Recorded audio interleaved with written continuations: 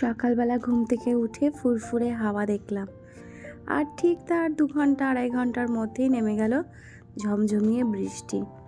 আর এই বৃষ্টিটা খুব সুন্দর।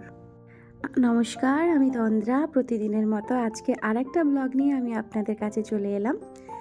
আমার প্রতিদিনের জীবনযাপনের টুকরো টুকরো অংশ আমি আপনাদের সাথে শেয়ার করি।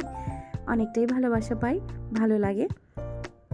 আমার অনেক কাস্টমার্সরাই আমাকে এসে জিজ্ঞাসা করে যে সারাদিনের এত ব্যস্ততার মধ্যেও আমি এই কখন এডিট করি, কখন এত ব্লগ করি, কেউ ক্যামেরা ধরে কি না।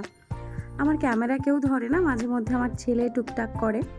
বেশিরভাগটাই আমি নর্মাল কাজ করার সময় ভিডিওস নিই ফোনটাকে রেখে।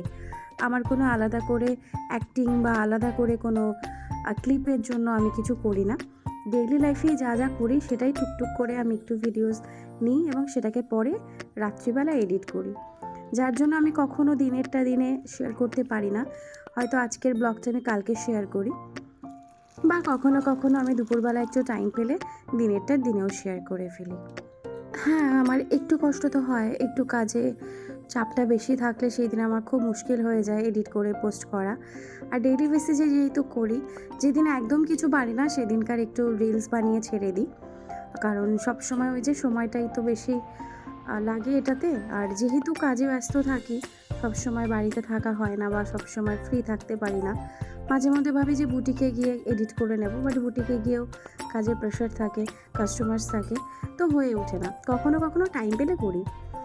অ্যাকচুয়ালি কী বলো তো, আমার মনে হয় ইচ্ছে থাকলে অনেক কিছু হয়। আমার ভালো লাগে কাজটা করতে, বা আমার মনে হয় যে এই স্মৃতিগুলো আমি এর পরেও অনেক দিন পরেও আমি চাইলে এগুলোকে দেখতে পাবো, বা এগুলো আমার সারা জীবনের জন্য একটা অ্যাসেটের মতো। আমি এগুলোকে ইউটিউব চ্যানেলেও ছাড়ি। তো তোর্য যখন বড় হবে, তোর্য নিজের ছোটো ছোটো এই স্মৃতিগুলোকে দেখতে পাবে এবং খুশি হবে। কারণ ও এখনই অনেক ছোটোবেলার ভিডিওস দেখলে খুব খুশি হয়, আর আমাকে জিজ্ঞাসা করে, মাম্মি এখনকার মতো তখন কেন করতে না। তো সেটা এখন ভাবি যে এগুলো হয়তো করে রাখলে ওরও ভালো লাগবে দেখতে, আর আমারও বেশ ভালো লাগে করতে।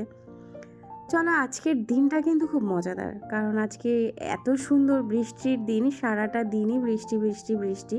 অনেকের এরকম দিন ভালো লাগে না, কিন্তু আমার বেশ মজাদার লাগে। আর যদি বাড়িতে থাকা যায় তাহলে তার কোনো কথাই নেই, কিন্তু কিছু করার নেই, বেরোতে হবে, যার যেটা কাজ। তো আজকে আমার বুটিকে এসেছিল শান্তিপুর থেকে একজন দাদা।